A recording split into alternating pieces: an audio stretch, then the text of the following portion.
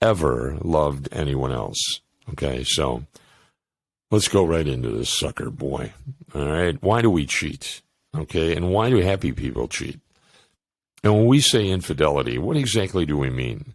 Is it a hookup, a love story, paid sex, a chat room, a massage with a happy ending? Why do we think that men cheat? Out of boredom and fear of intimacy? But women cheat out of loneliness and hunger for intimacy. And is an affair always the end of a relationship? What do you think? We'll find out. There's one simple act of transgression that can rob a couple of their relationships, their happiness, and their very identity. It's called an affair. And yet, this extremely common act is so poorly understood. So this talk is for anyone who has ever loved.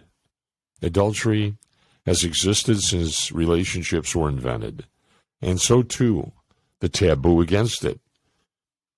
In fact, infidelity has a tenacity that relationships can only envy, so much so that this is the only commandment that is repeated twice in the Bible, once for doing it and once for just thinking about it. Wow, that is something. So how do we reconcile what is universally forbidden, yet universally practiced? Now, throughout history, men practically had a license to cheat with little consequence, and supported by a host of biological and evolutionary theories that justified their need to roam. So the double standard is as old as adultery itself. But who knows what's really going on under the sheets there, right? Because when it comes to sex, the pressure for men is to boast and to exaggerate, but the pressure for women is to hide, minimize, and deny, which isn't surprising when you consider that there are still 9 countries where women can be killed for straying. Now, monogamy used to be one person for life. Today, monogamy is one person at a time. All right, don't get too excited. Control yourselves. I mean, many of you probably have said, I'm monogamous in all my relationships. Duh. We used to marry and had sex for the very first time. But now we marry and we stop having sex with others. How's that one? The fact is that monogamy had nothing to do with love. Men relied on women's fidelity in order to know whose children these are and who gets the cows when I die. And where are you going to put them? You know, that 3-car garage. I don't know. Now, everybody wants to know what percentage of people cheat. But the definition of infidelity keeps on expanding. Okay? So let's go back to that for a moment. Sexting, watching porn, staying secretly active on dating apps. I mean, who does that? And why? I don't understand. Well, I think I do understand because I understand guys, but then I understand something about women too. Because there is no universally agreed upon definition of what even constitutes an infidelity. It's kind of all over the board, you know. Estimates vary widely from 26% to 75%. But on top of it, we are walking contradictions. So 95% of us will say that it's terribly wrong for our partner to lie about having an affair. But just about the same amount of us will say, but that's exactly what we would do if we were having one. Okay. Now, I like this definition of an affair.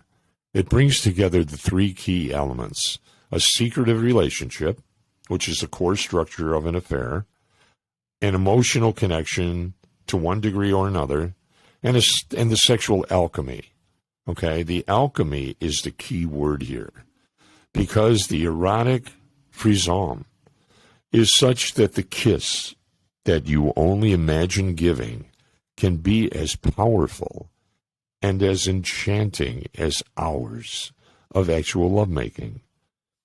As Marcel Proust said, it's our imagination that is responsible for love, not the other person. I like it. So it's never been easier to cheat, and it's never been more difficult to keep a secret, and never has infidelity caused such a psychological toll. But now that relationships are a romantic arrangement, infidelity threatens our emotional security. Ironically, we used to turn to adultery. That was the space where we sought pure love. But now that we seek love in relationships, adultery destroys it.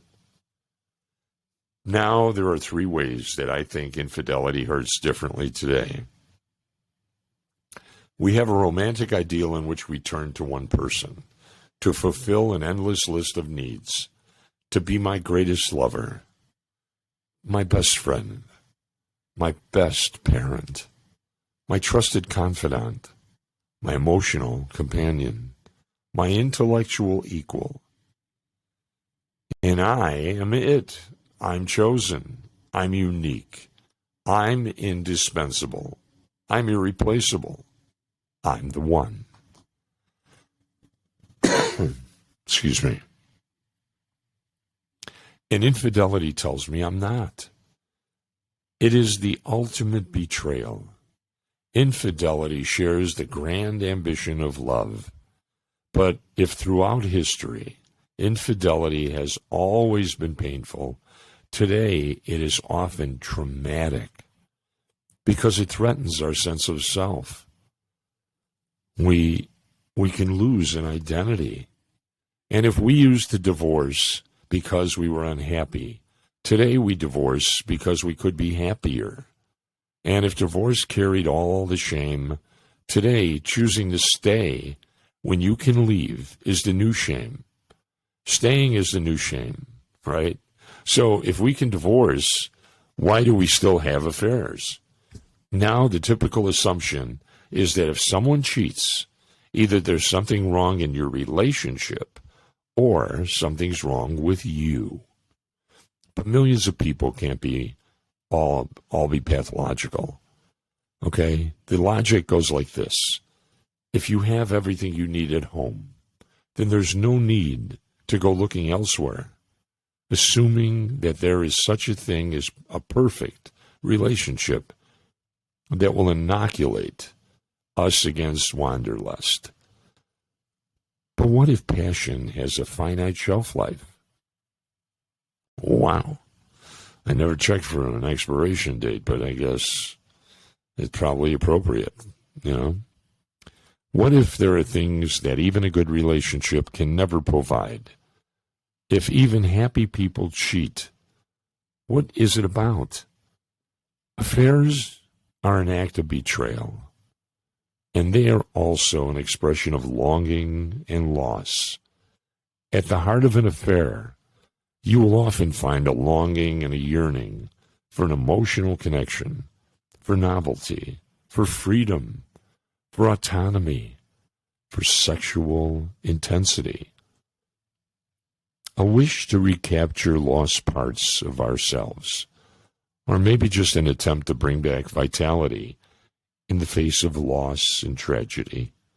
Now all over the world, there is one word that people who have affairs say. They feel alive. Wow. And they often tell stories of recent losses, of a parent who died, and a friend that went too soon, or the bad news at the doctor. Death and mortality often live in the shadows of an affair because they raise these questions. Is this it? Is there more? Am I going on for another 25 years like this? Will I ever feel that thing again? And it has led me to think that perhaps these questions are the ones that propel people to cross the line, and that some affairs are an attempt to beat back deadness in an antidote to death. And contrary to what you may think, affairs are way less about sex. I think people are so confused about that because they think it's all about getting your pants off. It's not. And a lot more about desire. Remember that word, desire. It comes up a lot in relationships. It's a key word, and it means a lot. So, in this case, it means desire for intention, desire to feel special, a desire to feel important for a change. And the very structure of an affair, the fact that you can never have your lover, keeps you wanting, because you can never have them. You'll see them on occasion, or you'll probably pop by and make arrangements, but you're never going to have them. Maybe that's the ticket. Maybe that's the key that makes it work, is you're desiring them. And that in itself is a desire machine, because the incompleteness, the ambiguity, keeps you wanting that which you can't have. Now, some of you probably think that affairs don't happen in open relationships. Oh, but they do. First of all, the conversation about monogamy is not the same as the conversation about infidelity. But the fact is that it seems that even when we have the freedom to have other sexual partners, we still seem to be lured by the power of the forbidden. That even if we do that which we are not supposed to do, then we feel like we are really doing what we want to do. I can go back and read that one again for you.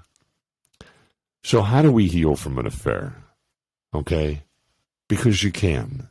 It can be done. And you can come back stronger. You can build a stronger relationship from it. So how do we heal from an affair? Desire runs deep. Betrayal runs deep. But it can be healed. And some affairs are death knells. You know, they're like bells at funerals and people die. For relationships that were already dying on the vine. But others will jolt us into new possibilities. The fact is, the majority of couples who have experienced affairs, believe it or not, stayed together. But some of them will merely survive. Others will actually be able to turn a crisis into an opportunity. And partners who are sexually indifferent find themselves suddenly so lustfully ferocious that they don't know where it's coming from. Sometime about the fear of loss, and it's something about that fear, will rekindle desire and make way for an entirely new kind of truth. So when an affair is exposed, what are some of the specific things that couples can do? Well, I'm glad you asked. We know from trauma that healing begins when the perpetrator acknowledges their wrongdoing. But the truth is, at least I have noticed and other people have noticed, that quite a lot of people who've had affairs may feel terribly guilty for hurting their partner. But they don't feel guilty for the experience of the affair.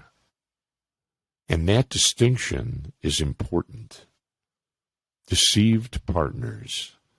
It is essential to do things that bring back a sense of self-worth, to surround oneself with love and with friends and activities that give back joy and meaning and identity. But even more important, it's to curb the curiosity, to mine for the sordid details, such as, Where were you? Where did you do it? How often did you do it? Is she better than me in bed? Questions that only inflict more pain and keep you awake at night. So instead, switch to the investigative questions, the ones that mine for the meaning and the motives. What did this affair mean to you? What were you able to express or experience there that you could no longer do with me? What was it like for you when you came home?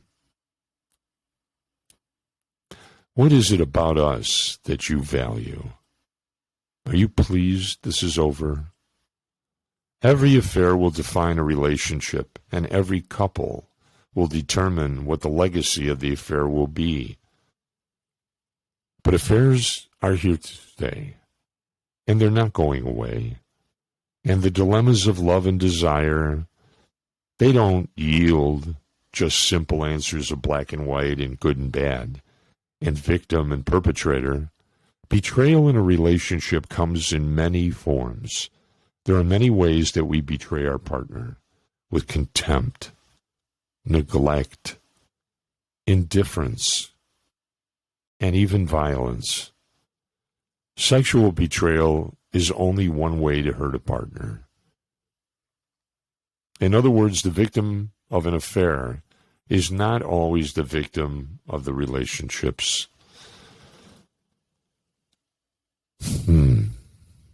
But I do think that something good can come out of an affair. Not that I'm suggesting go out and have one or have a dozen. Fix your relationship. Hey, go out and have an affair. No. Oh, absolutely not. I've often been asked a couple of questions like that if I would ever recommend it. And of course, no, I wouldn't. And now I would no more recommend you have an affair than I would recommend you have cancer. Okay? And yet we get to know the people who have been ill and often talk about their illness as that it's yielded them a new perspective on life. I look at affairs from a dual perspective. And I do. Hurt and betrayal on one side, and there's growth and self-discovery on the other side. Wow. What it did to you and what it meant for me. Today in the West, most of us are going to have 2 or 3 relationships, or even marriages. Or maybe more relationships, maybe more marriages. And some of us are going to do it with the same person. Wow. Your first relationship is over. Would you like to create a second one together? Wow, how about that one? Thanks. I hope this made some kind of sense.